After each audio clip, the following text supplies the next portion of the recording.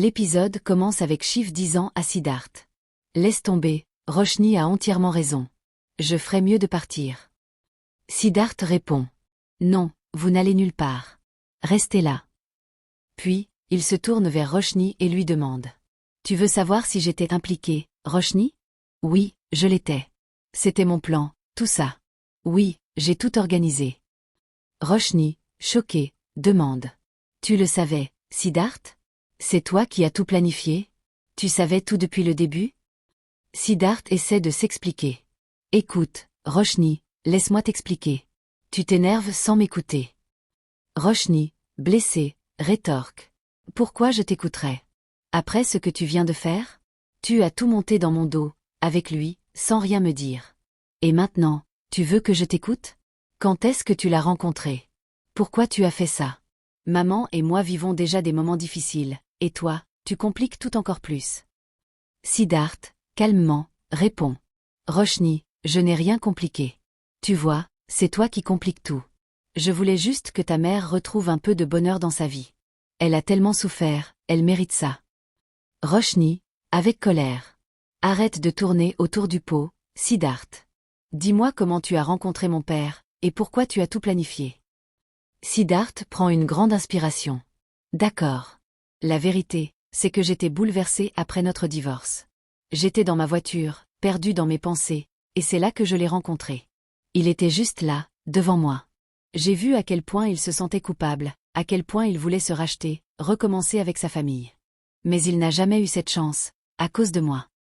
Roshni, toujours troublé, l'interrompt. Pourquoi maman m'a dit qu'il était mort alors qu'il est en vie? Pourquoi m'avoir menti toutes ces années? Siddharth soupire et dit doucement. Elle a sans doute voulu te protéger. Elle a traversé tellement d'épreuves, Roshni. Parfois, quand les choses se brisent, l'une des deux personnes doit essayer de recoller les morceaux. Et ton père, il voulait arranger les choses, tu comprends? Roshni, sceptique. Et c'est pour ça que tu l'as emmené chez nous? Je ne m'attendais pas à ça de toi, Siddharth. Siddharth, presque suppliant. Je n'avais pas le choix, Roshni. Tu crois que ta mère l'aurait accueilli les bras ouverts? Tu sais très bien comment elle est. Elle ne lui aurait jamais donné cette chance. Mais c'est ton père, Roshni. Il veut vraiment être là pour toi maintenant. Ne crois-tu pas qu'il mérite une deuxième chance? Roshni secoue la tête. Non.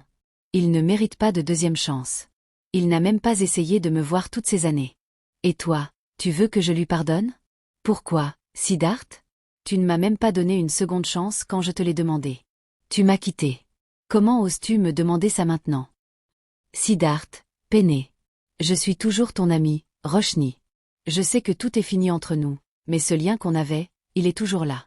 Ce n'est pas parce qu'on a divorcé que tout est effacé. C'est pareil entre toi et ton père.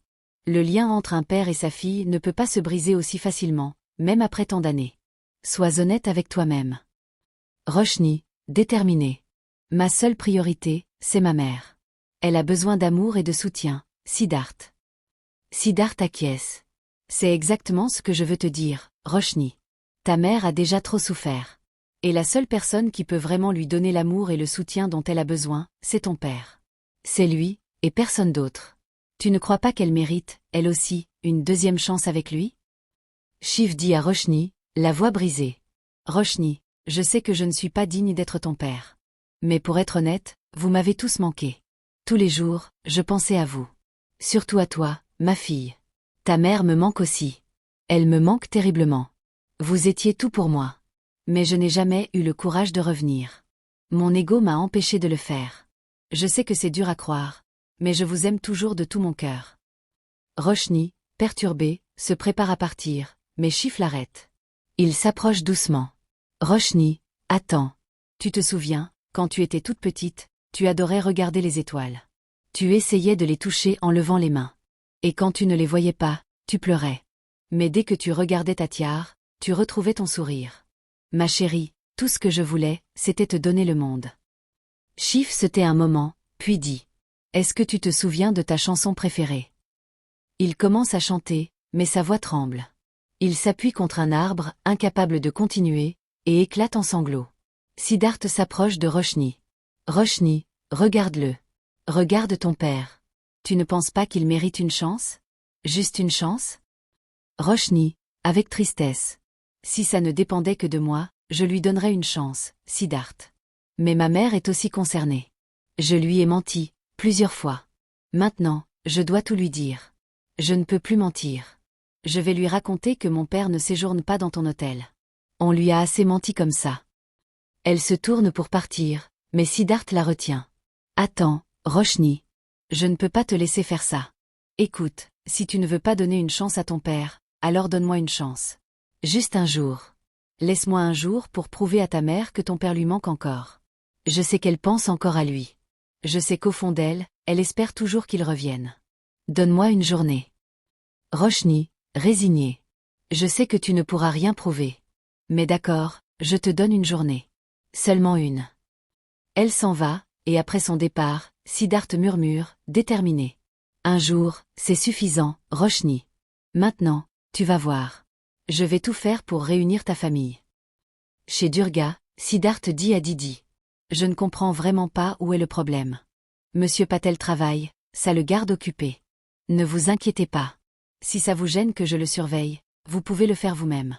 Aucun souci. Roshni arrive et demande. Qu'est-ce qui se passe? De quoi vous parlez? Siddharth lui répond calmement. Rien de grave, Roshni, ne t'inquiète pas. Je disais juste que mon père a donné du travail à monsieur Patel à l'hôtel pour qu'il reste occupé. Mais comme d'habitude, ta mère a un problème avec moi. Kanna intervient. Pourquoi ça te pose problème, Didi? Laisse-le faire ce qu'il veut. Siddharth, avec un sourire. Exactement. Ça m'avait tellement manqué, cet aspect de vous, grand-mère. J'ai l'impression que vous êtes de retour. Merci, je vous adore. Kanna, agacé, répond. Tais-toi, je ne veux toujours pas te parler. Siddharth, amusé. D'accord, pas de problème. Mais je vous parlerai quand même. Je vous aime. Kanna prend la main de Didi et s'éloigne. Siddharth murmure à Roshni. Roshni, tu as vu à quel point ta mère est inquiète pour ton père? Attends un peu, je vais te prouver qu'elle a encore des sentiments pour lui. Elle l'aime toujours, c'est sûr.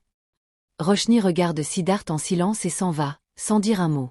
Siddharth, surpris, s'exclame. Quoi, mais qu'est-ce qu'il se passe encore? Mon Dieu, pourquoi toutes les femmes de cette maison ont le même tempérament? On dirait qu'elles me détestent toutes. Je vais finir par devoir engager une centaine de gardes du corps, sinon je suis fichu. Elles n'aiment vraiment pas mon humour, hein? Ça ne les fait pas rire du tout. En plus, elles m'ignorent complètement. Dans la chambre, Didi sort une photo d'un tiroir, s'assoit et murmure à elle-même, la voix pleine de douleur. Pourquoi es-tu revenu, Chif? Je t'ai attendu toutes ces années. J'espérais toujours que tu reviendrais. Ta famille avait besoin de toi. Mais maintenant, va-t'en. Je n'ai plus besoin de toi. Je me suis habituée à vivre sans toi. S'il te plaît, Chif, pars. Derrière la porte, Roshni écoute en silence, bouleversée par les mots de sa mère. Le lendemain, dans le bureau de Didi. Didi dit à Roshni. C'est bien que tu sois venu plus tôt aujourd'hui. On va pouvoir passer un peu de temps ensemble. Soudain, devant la porte, la sécurité empêche Suki d'entrer, et elle crie furieusement. Comment osez-vous? Laissez-moi entrer. Didi dit calmement. C'est bon, laissez-la passer. Suki entre, furieuse, mais elle se calme rapidement et dit. Oh mon Dieu, je m'emporte tellement que j'ai failli oublier pourquoi je suis venue. Donnez-moi une seconde. Ah oui. C'est au sujet de mon fils. L'anniversaire de mariage de Raj et Simran approche, et je voulais leur offrir quelque chose de spécial. Vous avez la meilleure collection de bijoux, alors je pensais en acheter un. Et comme nous sommes un peu de la même famille, je me demandais si je pouvais avoir une petite réduction? Didi, souriante, répond. Bien sûr, Suki. J'ai de nouveaux modèles. Viens, je vais te les montrer. Elle se dirige vers les bijoux, et Suki choisit un modèle. Ensuite, elle commence à chercher son portefeuille mais ne le trouve pas. Didi dit, gentiment. Pas de souci, prends-le, tu pourras me payer plus tard. Suki refuse et dit. Non, ne vous inquiétez pas. Mon portefeuille doit être dans la voiture. Je vais appeler mon chauffeur pour qu'il me l'apporte tout de suite. Le chauffeur arrive et tout le monde est choqué de voir que c'est Chif. Chif s'approche de Suki et dit. Madame, je suis désolé, mais je n'ai pas trouvé votre portefeuille dans la voiture. Suki, en colère, répond. Espèce d'idiot. Il était forcément là. Vous n'avez pas bien cherché. Comment ça, vous ne l'avez pas trouvé? Vous voulez dire que je l'ai perdu? C'est impossible. Vous mentez. Est-ce que vous l'avez volé? Chif, restant calme, répond. Madame, croyez-moi, j'ai cherché partout. Je n'ai rien trouvé. Suki, hors d'elle. Vous mentez. Où est mon portefeuille? Dites-moi où il est ou je vais appeler la police tout de suite.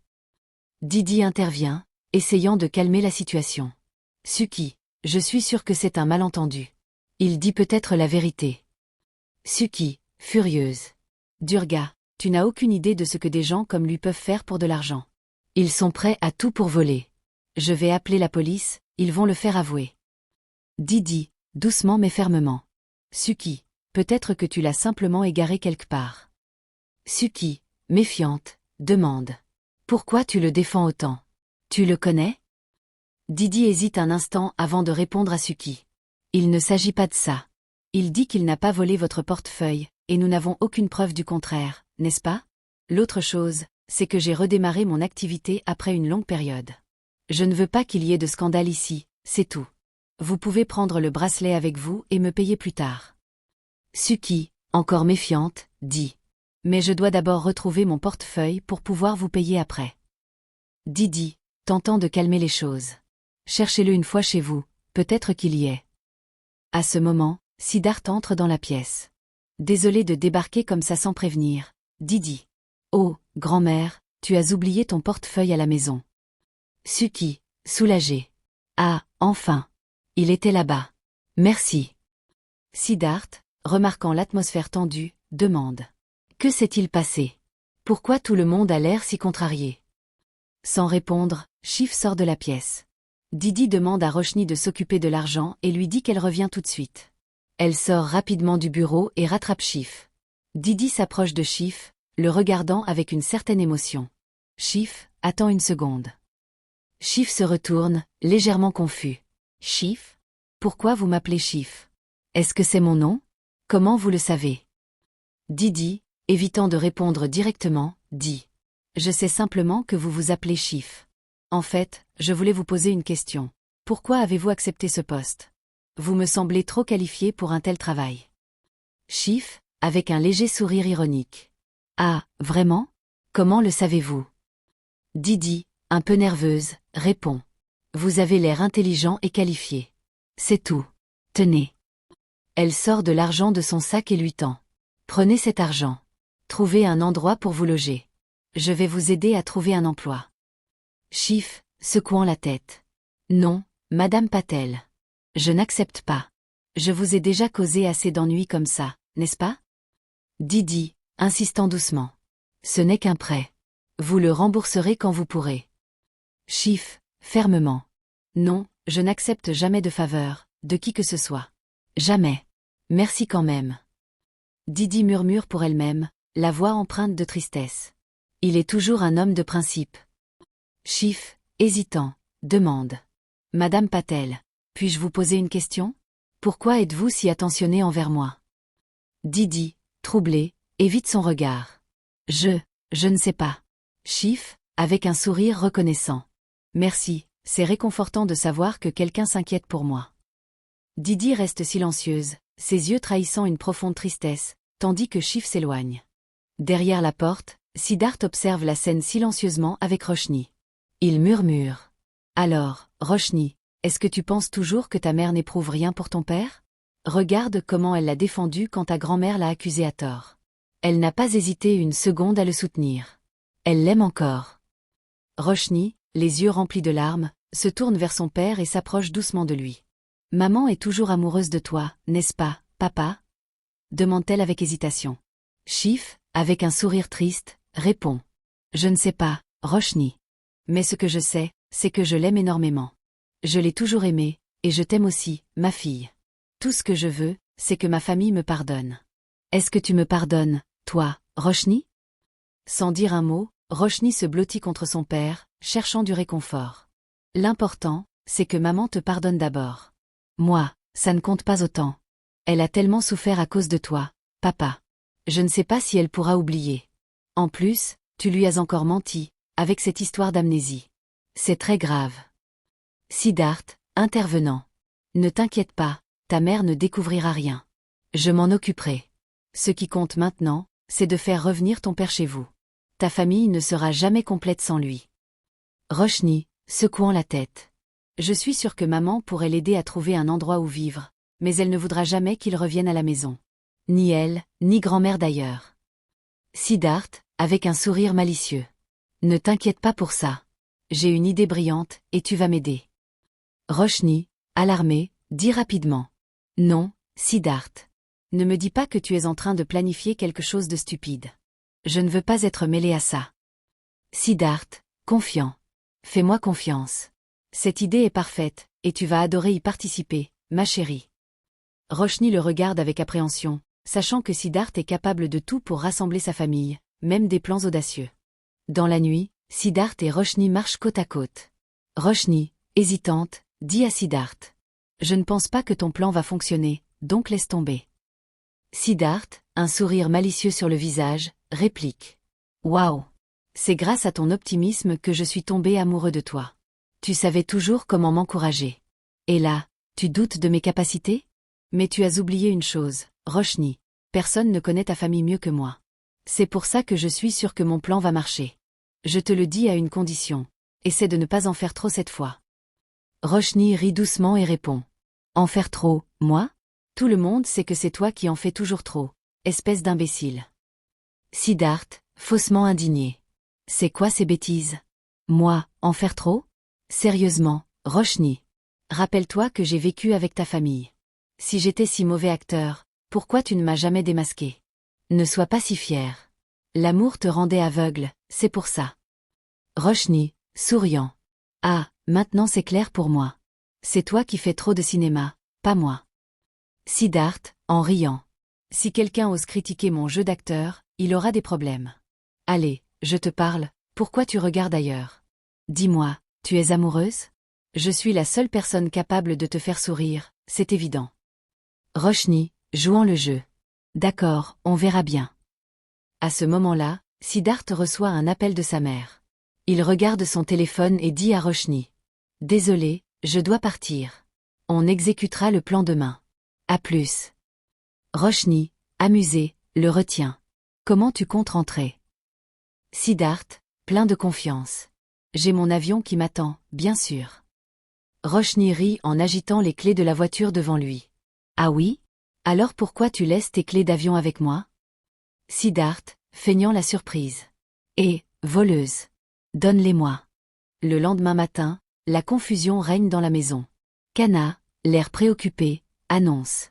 On a un problème. Je suis allé prier ce matin, mais il n'y avait plus de beurre. J'ai vérifié à la cuisine, mais il n'y a plus de gaz pour cuisiner. Qu'est-ce qui se passe aujourd'hui? Depuis ce matin, tout va de travers dans cette maison. Didi, essayant de rassurer sa mère, répond calmement. S'il te plaît, maman, ne t'inquiète pas autant. Pourquoi tu ne viendrais pas avec moi au bureau aujourd'hui? D'accord? Tu veux venir, Roshni? Roshni, hésitante, décline l'offre. Non, maman. Je ne peux pas venir avec vous. J'ai beaucoup de travail à faire ici. Je vais prendre mon petit déjeuner plus tard. Didi acquiesce. D'accord. C'est bon. Peu après, Roshni appelle rapidement Siddharth. Ils sont partis pour le bureau. Siddharth, ravi, s'exclame. Fabuleux. Tout marche comme prévu. On a franchi la première étape. Maintenant, on va passer à la deuxième. Pendant ce temps, chez Didi, le chauffeur arrive dans la maison, l'air embarrassé. Didi le voit et lui demande. Qu'est-ce que tu fais ici? Je t'avais demandé de rester à la voiture. Le chauffeur, confus, répond. Madame, les batteries des 3 voitures sont mortes. Didi, surprise, rétorque. Quoi? Comment est-ce possible? Les 3 batteries en même temps? Ce n'est pas possible, j'ai acheté ma voiture il y a à peine un mois. Le chauffeur hoche la tête, visiblement dépassé par la situation. Moi-même, je ne comprends pas, madame. Elle fonctionnait tout hier. Kanna, inquiète, intervient. Durga, j'ai un mauvais pressentiment. Quelque chose de terrible va arriver, j'en suis sûre. Didi, essayant de garder son calme, répond. Maman, s'il te plaît, arrête d'être superstitieuse. Tout va bien se passer. On va simplement prendre un taxi. Allez, viens, on y va. Au bureau, la situation semblait déjà tendue, mais elle ne faisait qu'empirer. Didi, essayant de calmer sa mère Kana, lui dit « Maman, prends ton petit déjeuner, s'il te plaît, tout va bien. » Alors qu'ils commencent à manger, Suki et Siddharth entrent dans la pièce. Didi les salue et demande « Alors, dites-nous, pourquoi vous êtes ici ?» Suki, avec un air exaspéré, répond « En fait, vous vous souvenez que j'avais acheté un bracelet hier ?» Siddharth la corrige en souriant. « Grand-mère, c'est un bracelet, pas un braquec. » Kana intervient, perplexe. « Oui, mais je ne comprends pas comment ça a pu se détacher. J'ai pensé que je devais le faire réparer. S'il vous plaît, faites-le réparer. » Didi, jetant un coup d'œil au bracelet, répond « Comment est-ce possible? Laissez-moi regarder. » Elle se tourne ensuite vers Kessa. « Qu'est-ce que c'est que ça? La qualité est mauvaise. Je te pose une question. Ne fais plus jamais ça. Prends-le, fais-le réparer, et prends la boîte aussi. » Kessa, d'un ton conciliant, acquiesce. « Oui, Durga, je vais m'en occuper. » Puis, Didi se tourne vers Siddharth avec un sourire. « Assieds-toi, tu veux manger ?» Siddharth, ravi, répond. « Comment pourrais-je refuser? Vous savez que j'adore manger. » Tandis que l'ambiance semble se détendre, Kana murmure à Mona. « Tu sais, j'ai vraiment un mauvais pressentiment. Depuis ce matin, rien ne va. » Mona essaie de la rassurer. « Ne t'inquiète pas, tout ira bien. » Siddharth, remarquant le malaise de Kana, demande. « Grand-mère, il y a un problème. » Kana explique avec inquiétude. « Ce matin, j'ai eu l'impression que rien ne va. Quand je suis allée prier, il n'y avait pas de beurre. Ensuite, il n'y avait plus de gaz pour cuisiner. Et pour couronner le tout, les batteries de nos voitures sont toutes mortes. C'est pour ces raisons que je dis que tout va mal. » Siddharth, prenant un ton faussement grave, rétorque. « Grand-mère, c'est vraiment étrange. Comment toutes ces choses peuvent mal tourner le même jour? C'est plutôt bizarre, non ?» Suki, saisissant l'opportunité, ajoute. « C'est un très mauvais présage, j'en suis certaine. Vous devriez organiser une prière. » Kana, acquiesçant, dit à Didi. « Tu vois, Durga, je te l'avais dit. J'ai eu la même idée ce matin. » Didi, essayant de rester rationnel, soupire. « Maman, s'il te plaît. Ce n'est pas parce que quelque chose ont mal tourné que c'est un signe. C'est juste une mauvaise journée. Tout ira mieux demain. » À cet instant, Kessa revient avec le bracelet réparé et le tend à Suki. « Merci, Durga, le bracelet est réparé. » Suki, avec un sourire satisfait, répond. « Ne remercie pas Didi. Remercie plutôt Dieu pour ça. » Alors que Siddharth tente de détendre l'atmosphère en plaisantant, la lumière du bureau s'éteint brusquement. Suki s'exclame. « Oh mon Dieu! C'est un signe, je vous l'avais dit. Vous devriez vraiment faire cette prière. » Didi, se levant, s'adresse à Kessa. « Tu sais ce qui se passe? Nos clients se plaignent aussi à l'extérieur. Va vérifier tout de suite. » Kessa revient quelques instants plus tard avec une mauvaise nouvelle. Il n'y aura pas d'électricité pendant 2 jours. Il y a un problème avec la ligne principale, ça va prendre du temps à réparer. Kana, de plus en plus anxieuse, se tourne vers Didi. « C'est bon, Durga, on va organiser cette prière à la maison.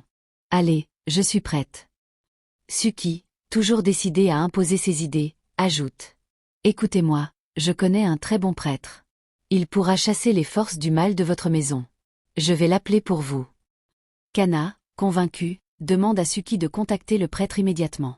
Un peu plus tard, Suki revient avec le prêtre. Celui-ci, en entrant dans la maison, prend un air grave et annonce. « Je sens la présence d'un esprit maléfique dans cette maison. C'est pour cela que les ondes négatives sont présentes. » Kana, en panique, le supplie. « S'il vous plaît, aidez-nous. » Le prêtre, d'un ton solennel, répond. « Ne vous inquiétez pas, je vais organiser une prière pour éloigner ces forces du mal. » La tension dans la pièce est palpable, et tout le monde attend la suite avec appréhension.